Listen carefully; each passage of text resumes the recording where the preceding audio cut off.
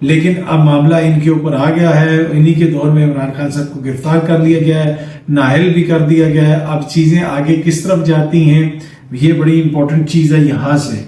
اب اس طرح کی اطلاعات بھی آ رہی ہیں کہ جو خان صاحب کے وکیل ہیں نعیم حیدر پنجوتا, ان کو ایف آئی اے نے بلایا تھا کسی انکوائری کے سلسلے میں. وہ جو جج صاحب کی سوشل میڈیا کی مبینہ پوسٹنگ تھی, جو الزام لگ رہا تھا کہ جج صاحب نے اپنے اکاؤنٹ سے وہ پوسٹنگ کی ہیں, اس کے حوالے سے ایف آئی اے نے انکوائری کے لیے نعیم حیدر پنجوتا صاحب کو بلایا تھا. اور جنگ یہ رپورٹ کر رہا ہے کہ ایف آئی اے نے چیئرمین پی ٹی آئی کے وکیل نعیم حیدر پنجوتا کو حراست میں لے لیا. اچھا, ایک چیز جو ہے یہ ابھی کچھ لوگ کہہ رہے ہیں کہ یہ چیز کنفرم نہیں ہے, ابھی ان کو بٹھایا ہوا ہے, لیکن جنگ یہ رپورٹ کر رہا ہے. اور اس کے علاوہ دیگر جو کرائم رپورٹرز ہیں ان کی بھی میں نے ٹویٹس وغیرہ دیکھی ہیں, میسیجز وغیرہ دیکھے ہیں, جس سے لگتا ہی ہے کہ نعیم حیدر پنجوتا صاحب کو گرفتار کر لیا گیا ہے. اس وقت تک کی یہی اطلاعات ہے جس وقت میں یہ ویڈیو بنا رہا ہوں.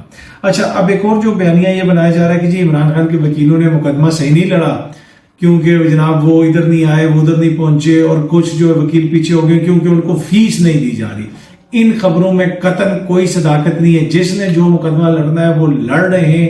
ہاں, اب ان میں ان کو جیت ہوتی ہے ہار ہوتی ہے وہ الگ بحث ہے, لیکن فیس نہ ملنا اور فیس نہ ملنے کی وجہ سے جناب خواجہ حارث پیچھے ہو گئے یا فلانا وکیل پیچھے ہو گیا ہے, اس میں میری آج ہی بڑی امپورٹنٹ سورسز سے بات ہوئی. جماعت کے اندر قطعاً کوئی صداقت نہیں ہے.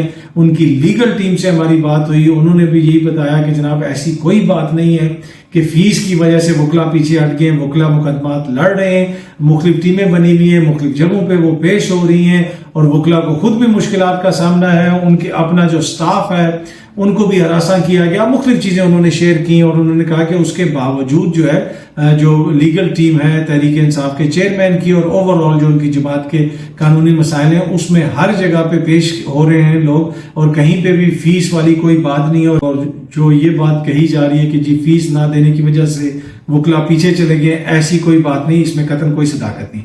اچھا, ایک چیز میں نے آپ سے شیئر کی تھی پہلے بھی کہ جناب اکثر دوست کہتے ہیں کہ جی وہ اوورسیز پاکستانیوں کی لسٹیں بن رہی ہیں, 9 مئی کے حوالے سے بن رہی ہیں, یہ لسٹ تیار ہو گئی, وہ لسٹ تیار ہو گئی. اور میں نے کہا تھا کہ یہ انتہائی بیوقوفانہ قسم کا بیانیہ بنانے کی کچھ صحافی کوشش کر رہے ہیں, کچھ دوست اس طرح کی کوشش کر رہے ہیں جس سے پاکستان کو نقصان ہوگا. کوئی ایسی لسٹ نہیں ہے. اور اس وقت بھی ایک تفصیلات سامنے آئی تھی اور میں نے آپ کو بتایا تھا, ایک وزیر صاحب امریکہ میں گئے ہوئے تھے اور وہاں پہ اوورسیز پاکستانیوں سے خطاب کرتے ہوئے انہوں نے کہا تھا کہ ایسی کوئی بات نہیں ہے. اس طریقے سے تو آپ اوورسیز پاکستانیوں کو جن کی ضرورت ہے کہ وہ اس وقت آئیں پاکستان میں انویسٹ کریں, ہم ان کو ایلینیٹ کر رہے ہیں, ان کو ایک طرح سے ڈرانے کی کوشش کر رہے ہیں. اور یہ انتہائی جو ہے غیر دانشمندانہ قسم کا بیانیہ. اب اسی قسم کی بات جو برطانیہ کے اندر پاکستان کے سفیر ہیں انہوں نے بھی اس کو ریپیٹ کیا کہ برطانیہ 9 مئی سے متعلق اوورسیز پاکستانیوں کی فہرست پاکستانی کمشنر نے تردید کر دی. انہوں نے کہا کہ کوئی ایسی بات نہیں ہے. اپنے بیان میں ڈاکٹر فیصل نے کہا کہ حکومت پاکستان نے اوورسیز پاکستانیوں کی کوئی فہرست تیار نہیں کی ہے, اور ایسی کوئی بات نہیں ہے کہ جی 500 بندوں کی فہرست تیار ہوگی اور 600 بندوں کی فہرست تیار ہوگی. ایسا کوئی بات نہیں ہے. یہ سیاسی بیانیاں بنانے کے لیے ایسی کوشش کی جاتی ہے, لیکن یہ اتنا آسان نہیں ہے کہ آپ ویسے ہی اوورسیز پاکستانیوں کی فہرست بنا لیں گے اور ان کو پکڑ لیں گے. کوئی جرم ہے, کوئی ایسی چیز ہے. ہاں, اگر کسی نے کیا ہے, قانون کو توڑا ہے, قانون کو ہاتھ میں لیا, وہ ضرور کریں. لیکن ڈاکٹر فیصل صاحب نے اس کو کلیئر کیا کہ ایسی کوئی بات نہیں ہے. بنیادی طور پہ اس طرح کی خبریں پھیلا کے پاکستان کے حوالے سے اوورسیز پاکستانیوں کو متنفر کیا جا رہا ہے, ریاست کے حوالے سے متنفر کیا جا رہا ہے.